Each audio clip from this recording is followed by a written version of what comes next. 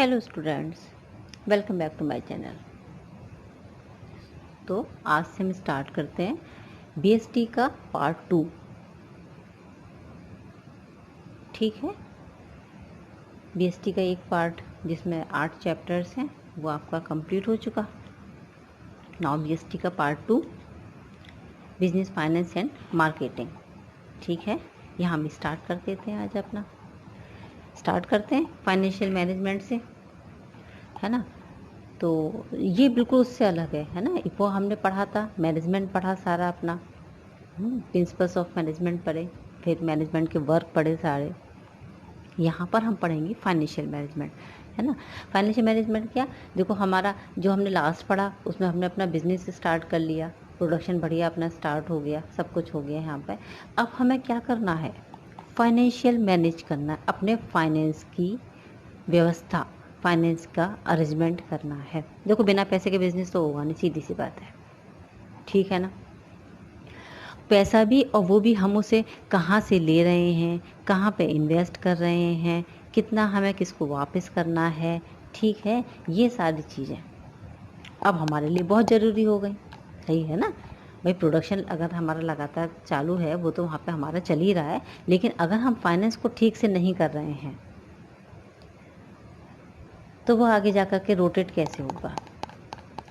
ठीक है, आ जाते हैं फाइनेंशियल मैनेजमेंट पर। हम अपने देखो फाइनेंशियल मैनेजमेंट होता क्या है। देखो हमें फाइनेंस चाहिए ना, है ना। तो सबसे पहले 3 चीज़ें इसके अंदर आ जाती हैं। एक तो फाइनेंस हम कहाँ से लेंगे, कहाँ से पैसे की व्यवस्था करेंगे।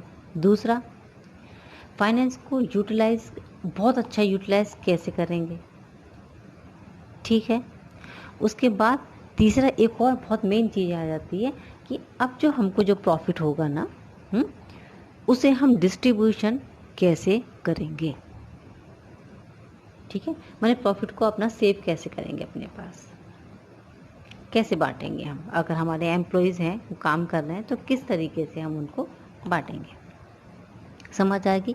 ये लिखा हुआ है हमने मीटिंग में, यहाँ लिखा हुआ देखो, है ना। मीनिंग हमने लिखा हुआ है, और ये है acquisition of finance, efficient utilisation of finance and efficient distribution and disposal of surplus. अगर हम सबको मिला देते हैं तो ये हमारा क्या बन जाता है, फाइनेंशियल मैनेजमेंट बन जाता है। ठीक है, क्योंकि किसी भी एक कंपनी की स्मूथ वर्किंग के लिए, कि उसकी वर्किंग अच्छी चलती रहे, ये डिस्ट्रीब्यूशन इनकम का बहुत ज़्यादा ज़रूरी है। भाई एक्विजिशन कर लिया हमने, ले लिया हमने फाइनेंस, बढ़िया उसका यूटिलाइजेशन भी कर रहे हैं, लेकिन अगर हमारे एम्प्लॉयज़ हमसे सेटिस्फाइड नहीं हैं, एम्प्लॉयज़ हमारे अगर हमसे खुश नहीं है, तो बिज़नेस हमारा आगे नहीं चलेगा। तो ये भी काम उनके लिए ज़रूरी है। ठीक है, इसीलिए जो सरप्लस होगा उसका एफिशिएंट डिस्ट्रीब्यूशन किया जाएगा और सरप्लस का डिस्पोजल भी किया जाएगा।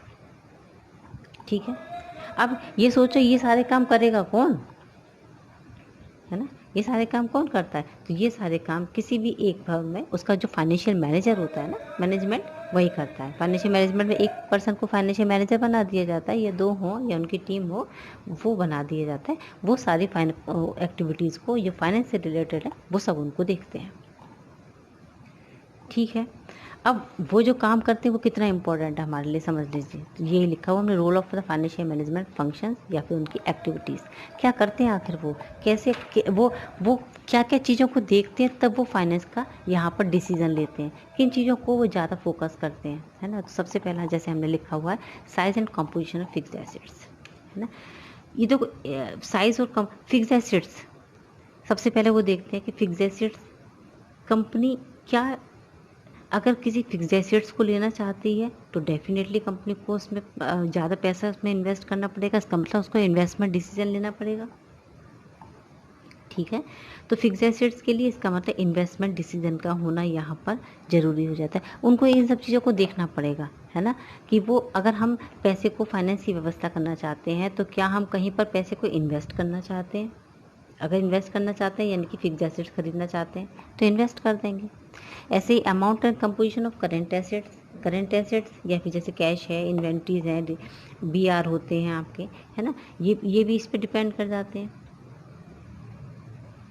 तो ये अगर ये है तो यहाँ ये इसका डिसीजन दे दिया जाएगा, है ना, कितनी फिक्स्ड एसेट्स है, कितनी करेंट एसेट्स हैं, right. Amount of long term and short term funds, कितना लॉन्ग टर्म में फंड लगा हुआ है और कितना शॉर्ट टर्म में फंड लगा हुआ है, ठीक है। लॉन्ग टर्म से कितना है और शॉर्ट टर्म से कितना लेना है, ये देखना काम किसका है, ये भी फाइनेंशियल मैनेजर का काम है, ठीक है। और क्या काम है इनका, breakup of the long term financing into debts और इक्विटी, जो लॉन्ग टर्म के फाइनेंस ले रखे हैं, अगर हमें लॉन्ग टर्म डेट चाहिए तो इक्विटी शेयर्स को इशू कर सकते हैं या फिर हम डिवेंचर्स को इशू कर सकते हैं, फंड को बोरो कर सकते हैं, ठीक है। तो ये भी काम कर सकते हैं, ये भी उनको देखना है कि हम इसमें क्या कर सकते हैं। और ये जो all items in profit and loss account, जितने भी ये जो डिसीजन लिए जाते हैं फाइनेंशियल, जितना भी जो मैनेजमेंट हमारा डिसीजन लेता है, अगर वो एक्सपेंसेस और रेवेन्यू से रिलेटेड सब जो लिए जाते हैं वो सब कहाँ शो करेंगे, हम प्रॉफिट एंड लॉस में करेंगे। ज़्यादा इंटरेस्ट पेड करना है, डेप्रिसिएशन पेड करना है, एक्सपेंसेस पेड करने हैं, ठीक है ना, सब कहाँ पर होंगे, ये प्रॉफिट एंड लॉस अकाउंट। इन सबको पढ़ने के बाद हमें क्या दिखाई देता है, सिर्फ ये दिखाई देता है कि समझ लीजिए फाइनेंशियल मैनेजमेंट बिजनेस, इस पर हमारा पूरी तरीके से डिपेंड है। अगर हम यहाँ पर किसी भी तरीके से फेल हो जाते हैं तो बिजनेस हमारा कम्प्लीटली फेल हो जाएगा, क्योंकि किसी का भी सक्सेस और फेलियर हमारे फाइनेंशियल मैनेजमेंट पर डिपेंड करती है। एक गलत डिसीजन हमारे बिजनेस को बिल्कुल बर्बाद कर सकता है, समझ गए। इसका मतलब ये ओवरऑल किस पर है, ये बिजनेस ऑर्गेनाइजेशन की समझ लीजिए ओवरऑल हेल्थ है, ये इम्प्रूव करता है उसकी हेल्थ को, ठीक है ना। तो फाइनेंशियल मैनेजमेंट का हमारा ये आपको रोल क्लियर हो गया कि ये कितना इम्पोर्टेंट है हमारे लिए। चलते नेक्स्ट आगे। अच्छा, मतलब क्या ऑब्जेक्टिव्स हैं फाइनेंशियल मैनेजमेंट, क्या क्यों हम ये क्यों एनालिसिस कराते रहते हैं बिना मतलब के, इतना सारा ताम झाम भी इकट्ठा करो, सब करो, फाइनेंशियल मैनेजर बनाओ, है ना, वो सारी चीज़ें करेंगे, इतना सारा। भाई मेन बात अभी पढ़ा है ना, प्रॉफिट को मैक्सिमाइज़ करने के लिए, क्योंकि अगर हम सही जगह पर अपने पैसे को इन्वेस्ट करते हैं डेफिनेटली हमारा प्रॉफिट बढ़ेगा, हमको पता है ये बात, समझ गए ना। तो प्रॉफिट मैक्सिमाइजेशन एक बहुत बड़ी चीज़ है। अगर हम अपने प्रॉफिट को बढ़ाना चाहते हैं तो पैसे को अपना सही जगह लगाएं। मेंटेनेंस ऑफ लिक्विडिटी, लिक्विडिटी आप लोग जानते हैं, कॉमर्स के स्टूडेंट हैं, लिक्विडिटी मतलब कैश में हमारे पास पैसा होना जरूरी है, उसे मेंटेन रखना हमेशा जरूरी है, क्योंकि जो वर्किंग कैपिटल है, या हम इसे सिंपल लैंग्वेज में कह सकते हैं, जो डेली के जो हमारे खर्चे हैं वो तो पूरे होने चाहिए ना, तो उतनी लिक्विडिटी हमेशा ऐसा नहीं कि उठा करके सारा पैसा हमने उठा करके और फिक्स कैपिटल में लगा दिया, फिक्सड हो गया हमारा पैसा और हमारे पास लिक्विडिटी पैसे ही नहीं है, तो कैसे बिजनेस चलेगा, ठीक है ना। तो मेंटेनेंस ऑफ लिक्विडिटी का बैलेंस, पैसा हमारे पास सेव रहना चाहिए, बहुत ज़रूरी है वो सेव रहे हमारे पास उतना। प्रॉपर यूटिलाइजेशन ऑफ फंड्स, जितने फंड्स हैं उसका हम प्रॉपर तरीके से यूटिलाइजेशन करें। ऐसा ना हो कि फंड पे फंड इकट्ठा हो रहा है हमारे पास, है ना, फंड पढ़े अपने अपने बैलेंस शीट में हमारे पास कितने सारे फंड्स होते हैं, तो हर एक फंड का प्रॉपर यूटिलाइजेशन करें, सिर्फ बना कर ना रखें उनको जब उनको ज़रूरत पड़े तो अब आप उन्हें यूज़ भी करना है। और meetings of the financial commitments with creditors के साथ एक कमिटमेंट हमारा होना चाहिए, हमारे क्रेडिटर्स हैं, पैसे तो हमसे लेंगे ही लेंगे, है ना, टाइम से पेमेंट करो। फर्म की ग्रोथ उस पर टिकी रहती है, हमारी रेपुटेशन उस पर लगी हुई है। अगर हम समय पर किसी का पैसा वापस नहीं करते तो हमारी गुडविल मार्केट में ख़राब हो जाती है, लोग हमारे ऊपर से भरोसा हटा देते हैं, ठीक है। तो फाइनेंशियल कमिटमेंट क्रेडिटर्स के साथ हमारा होना चाहिए कि इतने टाइम के अंदर हम उनके पैसे उनको वापस कर देंगे, ठीक है। चलते हैं आगे। अब हम चलते हैं सीधे अपने ये यहाँ हमें पढ़ने अब फाइनेंशियल डिसीजन, ठीक है। फाइनेंशियल डिसीजन पढ़ने के लिए अब हम क्या करेंगे, देखो फाइनेंशियल जो फंक्शन होता है ना, वो इसमें मेजर 3 डिसीजन होते हैं हमारे। कितने डिसीजन होते हैं, 3 डिसीजन होते हैं हमारे इसके अंदर। एक तो होता है हमारे पास फाइनेंस है, अब फाइनेंस के लिए अब हम क्या करेंगे, है ना, सबसे पहला तो हम क्या लेते हैं, एक इन्वेस्टमेंट डिसीजन ले लेंगे कि कहीं पैसा इन्वेस्ट कर दो, या फाइनेंशियल डिसीजन लेंगे या फिर डिविडेंड डिसीजन लेंगे।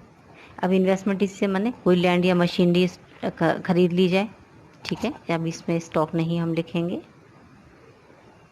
लैंड या मशीनरी खरीद ली जाए। फाइनेंशियल में हम पैसे हमको बोरो करना है तो हम डेट्स मतलब लोन ले लें या फिर हम इक्विटी शेयर इशू कर दें। और लास्ट में अगर बचता है तो डिविडेंड है, जो इनकम ज़्यादा सरप्लस हो जाते हैं, हमारे प्रॉफिट ज़्यादा हो जाता है तो हम उसको डिस्ट्रीब्यूशन कर देते हैं प्रॉफिट। इसमें से हम क्या करें, ठीक है। तो अब हम पढ़ाएंगे आपको इन्वेस्टमेंट डिसीजन, ये ठीक। इन्वेस्टमेंट डिसीजन पे चलते हैं हम। देखो इन्वेस्टमेंट डिसीजन बहुत क्लियर है, कोई प्रॉब्लम तो इसके अंदर है नहीं। इन्वेस्टमेंट डिसीजन क्या होते हैं, हमको पैसे को कहीं पर भी जाकर के इन्वेस्ट करना है। ये बहुत ज़्यादा इम्पोर्टेंट एक डिसीजन होता है हमारा। ठीक है, फर्म अपने फंड जितने भी होते हैं वो इन्वेस्ट करना चाहती है, क्यों? क्योंकि ये उसको मैक्सिमम प्रॉफिट देता है, बेनिफिट देता है। क्लियर है ना? अच्छा, ये फिक्स एसेट्स भी ले सकती है और करंट एसेट्स भी ले सकती है। क्लियर है? लेकिन जब फिक्स एसेट से रिलेटेड अगर डिसीजन लिए जाते हैं तो उसको हम कहते हैं कैपिटल बस्टिंग डिसीजन। इतना ध्यान रखेंगे, अगर फिक्स एसेट से रिलेटेड लिया जाता है ना, जैसे ये लैंड है, फिक्स एसेट है हमारी, तो फिक्स एसेट से रिलेटेड अगर डिसीजन को लिया जाता है तो उसे क्या कहा जाता है? उसे कहा जाता है कैपिटल बस्टिंग डिसीजन। बहुत इंपॉर्टेंट डिसीजन है हमारा। ठीक है, अच्छा, अब क्या ऐसी चीज़ें होती हैं कैपिटल बस्टिंग डिसीजन के, है ना, इसका ये मतलब क्यों लिया जाता है, इसका क्या स्कोप है या इम्पोर्टेंस इसकी क्या हो सकती है, हम आखिर इसकी साइड ही क्यों मुड़ते हैं ना? बहुत इंपॉर्टेंट क्यों होता है? क्योंकि ये लॉन्ग टर्म की ग्रोथ कराता है हमको। समझ रहे हैं ना आप मेरी बात को? भाई हमने एक जगह बहुत बड़ा पैसा अपना लगा दिया, डेफिनेटली कहीं ना कहीं जाकर के हमको बहुत बड़ी वाली सक्सेस मिलेगी इसमें, क्योंकि रिटर्न कैसा होगा फ्यूचर में? फ्यूचर में रिटर्न बहुत बढ़िया आने वाला है। समझ में आ गई? तो कंपनी की जो ग्रोथ होगी वह इस पर डिपेंड अच्छे से कर जाएगी। तो लॉन्ग टर्म ग्रोथ में हमें अभी जैसे हमने इतनी बड़ी एक लैंड खरीद के रख ली, तो आगे जाकर के फ्यूचर में हमारी ग्रोथ होनी है। Large amount of fund involve, है ना, एक बहुत बड़ा अमाउंट हमारा जो होता है वो इसमें हमारा लैंड में जाकर के लग गया। अच्छा है ना, एक इकट्ठा पैसा यहाँ पर लगा हुआ है तो हमारा यहाँ पर हमको कोई प्रॉब्लम नहीं होती है ना। तो ये इसीलिए लोग फिक्स एसेट्स में यहाँ पर ज़्यादा अपने पैसे को इन्वेस्ट करना चाहते हैं, है ना। लेकिन बस ये भी है कि अगर प्रपोजल रॉन्ग हो गया और कुछ भी गलत हो गया तो इतना एक ह्यूज अमाउंट हमारा फंड का जो है वो गलत भी हो सकता है, बहुत बड़ा इसमें अमाउंट लग जाता है। रिस्क इन्वॉल्व तो है भी, हमने यही बताया ना आपको, इसमें रिस्क तो बहुत इन्वॉल्व होती है, क्योंकि एक लॉन्ग टर्म के बाद हमको रिटर्न मिलना स्टार्ट होता है, अभी तो नहीं मिल रहा है ना। रिटर्न हमको एक बहुत लंबे टाइम के बाद मिलना शुरू होता है। तो अगर बाई चांस रिटर्न हमारे पास नहीं आया, है ना, या इसकी वजह से हमको अभी हमारे प्रेजेंट में प्रॉब्लम होनी स्टार्ट होगी। ठीक है, और आ जाता है इरिवर्सिबल डिसीजन। इरिवर्सिबल क्यों? क्योंकि अगर डिसीजन एक बार ले लिया गया तो फिर इसको ऐसा नहीं है कि अभी हम इसको तुरंत से चेंज कर लें, या कोई भी प्रॉब्लम होती है ना, ओवरनाइट इसको हम चेंज नहीं कर सकते। जैसे हमने लैंड खरीद ली, अब हम सोचा कि नहीं हम नहीं लेंगे, अब हम इसको सेल कर दें, तो पॉसिबल ही नहीं है ना कि तुरंत से ही आपको रिवर्स हो जाए पैसा सारा। इसमें कभी कभी बहुत हैवी लॉस भी हो जाते हैं और फंड के वेस्टेज भी हो जाता है। इसीलिए ये जो डिसीजन है बहुत सोच समझ के लेने वाले होते हैं। ठीक है, आ जाते हैं। तो फिर जब हम लेंगे, अगर हमें ये डिसीजन लेना ही है तो कौन से फैक्टर्स हैं जो हमको अपने दिमाग में रखने चाहिए? एक तो कैश फ्लो ऑफ प्रोजेक्ट, जिस प्रोजेक्ट में हम पैसा लगा रहे हैं उसका कैश फ्लो कैसा है, कितने टाइम बाद हमारे पास पैसा वापस आना स्टार्ट हो जाएगा। समझ रहे हैं आप मेरी बात को, है ना। तो कितने टाइम बाद पैसा हमारा वापस आ जाए, ये हमें उसमें पहले चेक करना जरूरी है। अगर उसमें लग रहा है हमको कि जल्दी हमको रिटर्न होना स्टार्ट हो जाएगा, ठीक है, लगा दो पैसा, लगा दो। आपको लगता है कि अगर लैंड ये वाली खरीद लें और ये इसके पैसे बहुत जल्दी यहाँ पर बढ़ने के चांसेस हैं तो आप ले सकते हो। ठीक है, ऐसी रिटर्न और इन्वेस्टमेंट, किसी पे भी इन्वेस्ट हमने पैसा किया हुआ, रिटर्न उसका कितना है, माना एक हमने ले रहे हैं, उस पर हमको जो रिटर्न मिलेगा वो 10% है, प्रोजेक्ट बी है उसमें 15%, तो ऑब्वियस बात है कि आप 15% पर रिटर्न पर लेना ही उसको प्रीफर करें आप उसको, जिस पर आपको रिटर्न बहुत अच्छा मिले। ठीक है, तीसरा आ जाता है आपका इन्वेस्टमेंट क्राइटेरिया। इन्वेस्टमेंट क्राइटेरिया और आ जाती हैं कुछ चीज़ें जो साथ में इसके रखी जाती हैं। ठीक है, ये कुछ टेक्निक्स होती हैं जो इसके साथ ही में चलती हैं हमारी, जैसे लेबर है ना, कुछ टेक्नोलॉजीज हैं, कुछ जैसे मशीनरीज हैं, ये सब चीज़ें आपको वहाँ पे जिस जगह पे आप कर रहे हो ये काम, वहाँ पर आपको आसानी से अवेलेबल है या फिर नहीं है। ठीक है, तो ये सारी चीज़ें भी कैलकुलेशन आप करके देख लें, तब जा कर के किसी भी प्रोजेक्ट में आप जा कर के अपने पैसे को इन्वेस्ट करें, अगर आपको इन्वेस्टमेंट करना ही है। एक तो कैश फ्लो देखें उसका प्रोजेक्ट का, फिर रिटर्न देखें आप उसका कितना इन्वेस्टमेंट करना पड़ेगा, उसका है रिटर्न कितना मिल रहा है, और फिर उसमें तीसरा इन्वेस्टमेंट क्राइटेरिया, यानी कि बाकी सारी चीज़ें इसके साथ की जितनी भी हैं अदर्स।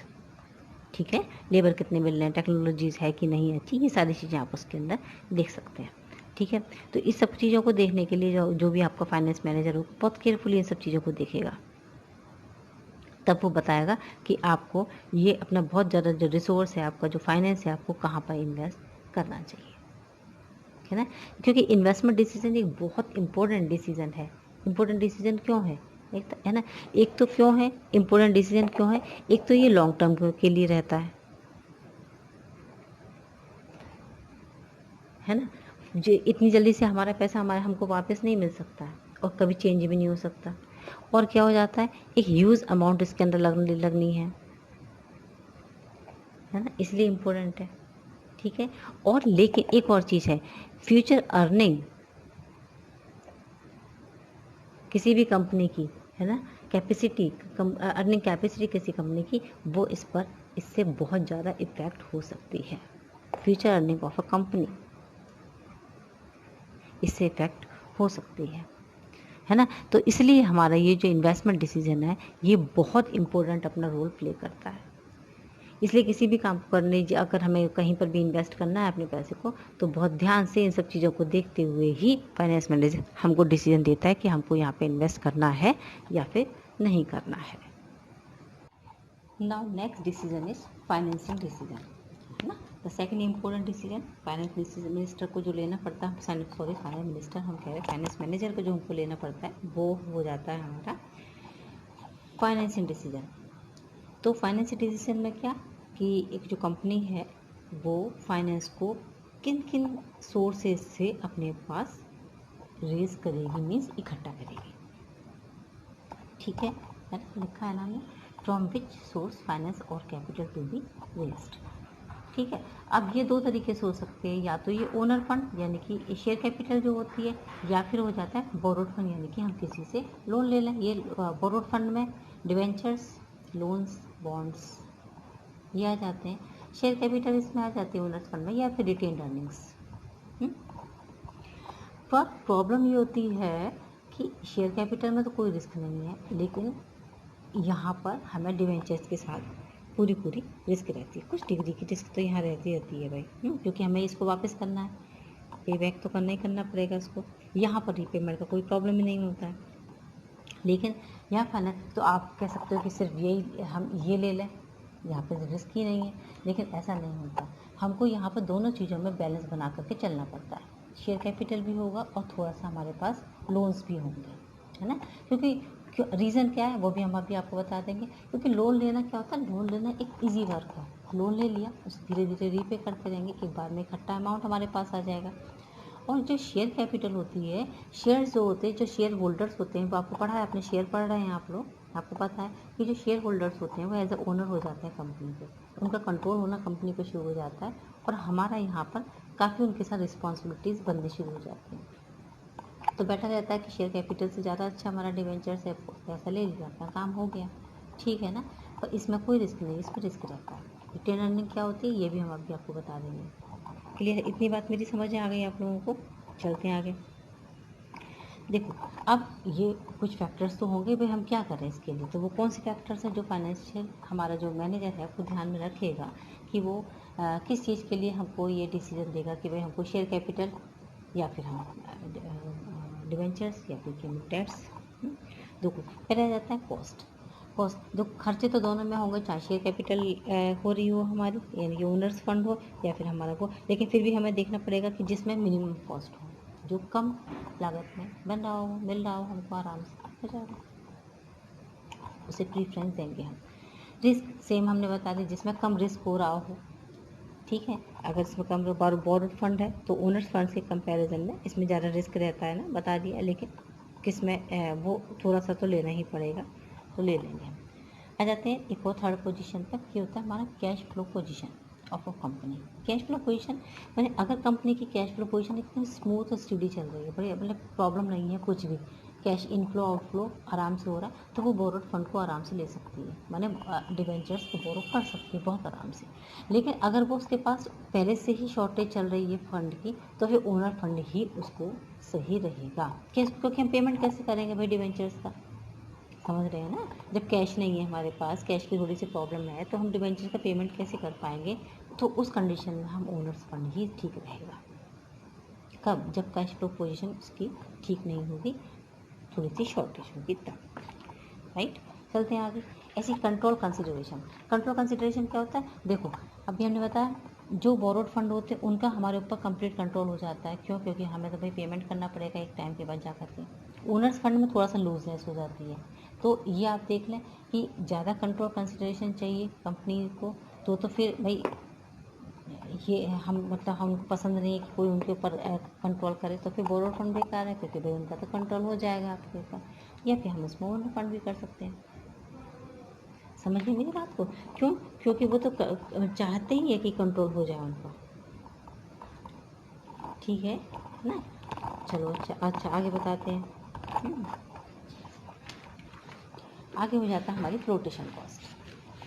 फ्लोटेशन कॉस्ट, देखो फ्लोटेशन कॉस्ट मतलब जैसे चाहे हम शेयर्स इशू कर लें मार्केट में, या फिर हम डिवेंचर्स को ले लें, ये कॉस्ट कुछ ब्रोकर्स की कमीशन है, अंडर राइटर्स की फीस है, एक्सपेंस ऑफ प्रॉस्पेक्ट, ये हमें खर्चे करने पड़ते हैं। तो ये खर्चे जिस पर भी कम हो रहे हों, जिस भी सिक्योरिटीज़ पर, चाहे वो डिवेंचर्स पे अगर कम हो रहे हों तो डिवेंचर्स ले लें, और अगर ओनर्स फंड पे कम हो रहे हैं तो ओनर्स फंड ले लें, जिस पर कम खर्चे होते हैं। समझ गए? फिक्स्ड ऑपरेटिंग कॉस्ट, देखो जो भी फर्म्स होती हैं वहाँ की उसकी ऑपरेटिंग कॉस्ट फिक्स होती है, ठीक है, फिक्स्ड है। अगर उसकी हाई फिक्स्ड ऑपरेटिंग कॉस्ट ज़्यादा है, बहुत ज़्यादा है ना, तो उसका अपने पास इतना इतना खर्चा है, तो फिर उसको डिवेंचर्स नहीं लेने चाहिए, ठीक है। तो फिर उसे क्या ले लेना चाहिए? ओनर्स फंड लेने चाहिए। समझ रहे हैं मेरी बात को? जब कंपनी के पास अपने ही इतने खर्चे हैं तो वो डिवेंचर्स ना ले, क्योंकि डिवेंचर्स पर भाई रेट ऑफ इंटरेस्ट आपको पेड करना ही पड़ेगा, ठीक है। तो आप उसमें क्या ले लेंगे? फिर आप ओनर्स फंड को ही प्रेफरेंस देंगे। कैपिटल मार्केट की कंडीशन क्या है? अगर बूम पोजीशन पर है, माने बहुत बढ़िया चल रहा है इस टाइम मार्केट में कंडीशन, तो हमारी जो सिक्योरिटीज़ हैं, यानी कि हमारे जो शेयर्स हैं, वो मार्केट में आराम से सेल हो रहे हैं। सेल हो रहे हैं तो फिर क्या जरूरत है हमको डिवेंचर से पैसा उठाने की? हम तो अपने शेयर मार्केट में सेल कर दो, बढ़िया पैसा कमाओ। लेकिन मार्केट में अगर डिप्रेशन की कंडीशन है, ठीक है, तो फिर यहाँ पर डेट्स की डिमांड अपने आप आएगी, तो फिर आपको डिवेंचर्स ही यहाँ पर प्रेफरेंस देने पड़ेंगे। समझ आ गई? अगर बूम की कंडीशन है, ठीक है, तो मार्केट में इसका मतलब सेल आराम से हो जाएगा। आपके इक्विटी शेयर्स, आपकी इक्विटी सिक्योरिटी बहुत आराम से मार्केट में सेल हो रही होंगी, तो आप उनको आराम से सेल करें, डिवेंचर्स को ना लें। लेकिन अगर डिप्रेशन की कंडीशन है तो फिर आप यहाँ पर डेट्स की डिमांड होगी, तो फिर आप डिवेंचर्स को प्रीफरेंस देंगे, ठीक है। हो गया ये आपको क्लियर? तो ये तो था हमारा ओनर्स फंड, यानी कि फाइनेंस से रिलेटेड। अब हम कि मैंने ओनर्स फंड लें या फिर हम डेट्स यानी कि डिवेंचर्स लें, ठीक है। एक डिसीजन ये कंप्लीट हुआ। अच्छा, अब इसके बाद चलते हैं हमारा लास्ट डिसीजन, डिविडेंड डिसीजन आता है। ये बहुत इंपॉर्टेंट डिसीजन है और काफ़ी इंटरेस्टिंग भी है। देखो डिविडेंड्स क्या होते हैं, पहले तो हम ये समझ लें। कंपनी का प्रॉफिट होता है, प्रॉफिट होते ही साथ वो डिस्ट्रीब्यूशन होता है भाई प्रॉफिट का सब में, ठीक है। तो क्रेडिटर्स को देंगे हम, एम्प्लॉयज़ को देंगे हम, डिवेंचर होल्डर्स को, शेयर होल्डर्स को, ठीक है ना। क्रेडिटर्स को और डिवेंचर होल्डर्स, ये जो दो हैं, क्रेडिटर्स और डिवेंचर होल्डर्स, इनको तो फिक्स लायबिलिटी होती है, ये हमें तो देनी ही देनी पड़ेगी। उतना उतना अमाउंट उनको दे दो, निपटा डालो, ठीक है। अब जो बचेगा वो आपका सारा, इसे कहते हैं हम सरप्लस या फिर रेसिडुअल और लेफ्ट ओवर प्रॉफिट। जो बच गया हमारा, रेसिडुअल मीन बचा कुचा, समझ रहे हो ना, बचा कुचा, वो प्रॉफिट सारा का सारा अब आपका, ठीक है। समझ गया ना मेरी बात? इतने लोगों को देने के बाद जो बचा वो सब अब हमारा। अब कंपनी क्या करती है, उनको भाई कहो ना कि वो हमारा प्रॉफिट है तो हम हमारी मर्जी, रखो उसको अपने पास।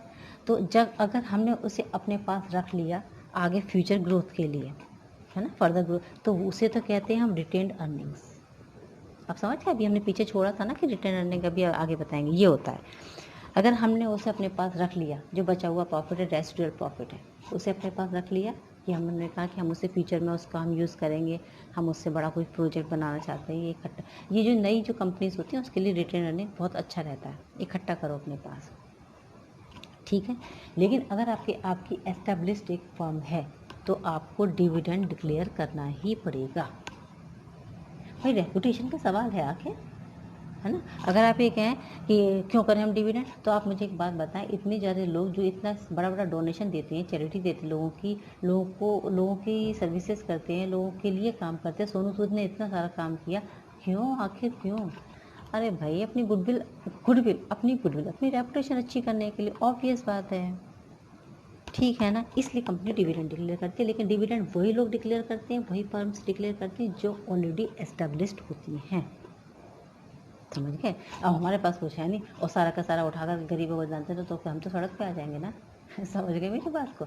इसलिए वो कंपनी नहीं जो अभी ग्रोथ कर रही हैं, नहीं, वो कंपनी जो एस्टेब्लिश्ड हो चुकी हैं, वो कंपनी डिविडेंड डिक्लेयर करती है, समझ गए। मालूम पड़े कि अब की बार तो हमने दे दिया, अगली बार हमारे पास देने के लिए कुछ नहीं है, तो ऐसा नहीं करेंगे और से रेपुटेशन आपको डाउन हो जाएगी, ठीक है। चलते हैं आगे भाई, समझ आ गई होगी आपको मेरी बात। चलिए, अब डिविडेंड हमें देना है, क्या किन किन बातों को हम ध्यान में रखेंगे।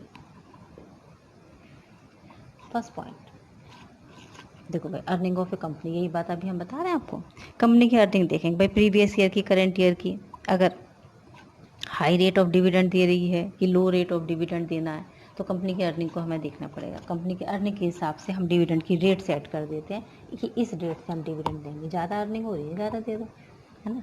लेकिन ज़्यादा के बाद कम नहीं देना है, फिर तो हमें उतना एक फिक्स करना पड़ता है, ज़्यादा के बाद हम कम नहीं दे सकते, तो रेपुटेशन ख़राब होती है कंपनी की। स्टेबिलिटी ऑफ अर्निंग का स्टेबल होना बहुत ज़रूरी है फर्म्स का भी, यही बात हम बार बार आपको कह रहे हैं, स्टेबल होना ज़रूरी है। ये नहीं कि देखो हम ज़्यादा दे सकते हैं, हम कम नहीं कर सकते एम्प्लॉयज़ को, वो हमारी गुडविल ख़राब हो जाती है। Cash flow position of A company की कैश फ्लो पोजीशन क्या है ना। कंपनी पे अगर डिविडेंड पेड कर रही है, इसका मतलब कंपनी की आउटफ्लो बहुत अच्छा कैश है, सिचुएशन बहुत बढ़िया है उसकी, समझ आ गई, है ना।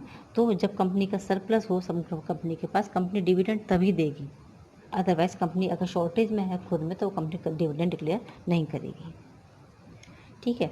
आगे देखते हैं investment and growth plans of A company. देखो, कंपनी के पास अगर अपने कुछ ग्रोथ प्लान्स चल रहे हैं, है ना, उसे कुछ और हैवी मशीनरीज है या कुछ प्लांट्स हैं, किसी प्रोजेक्ट पर उसे अपना काम करना, मैंने किसी प्रोजेक्ट को आगे जा करके उसको लेकर के आना, तो कंपनी को डिविडेंड डिक्लेयर नहीं करे ना, रिटेन अर्निंग्स करो पहले अपनी, ठीक है। रिटेन अर्निंग्स के जब हो जाए और आपका जो प्रोजेक्ट कंप्लीट हो जाए, उसके बाद आप डिविडेंड डिक्लेयर करो, या फिर डिविडेंड की रेट इतनी हाई मत रखो, उसे लो रेट पर रखो, समझ गए। अब क्योंकि पहले हमको अपना काम करना है ये, उसके बाद हमको वो काम करना है। और ऐसा भी मत करो कि कभी डिविडेंड दो ही नहीं। हमने क्या कहा, अगर मार्केट में आपको अपनी रेपुटेशन बढ़िया करनी है तो डिविडेंड डिक्लेयर करना चाहिए, ठीक है।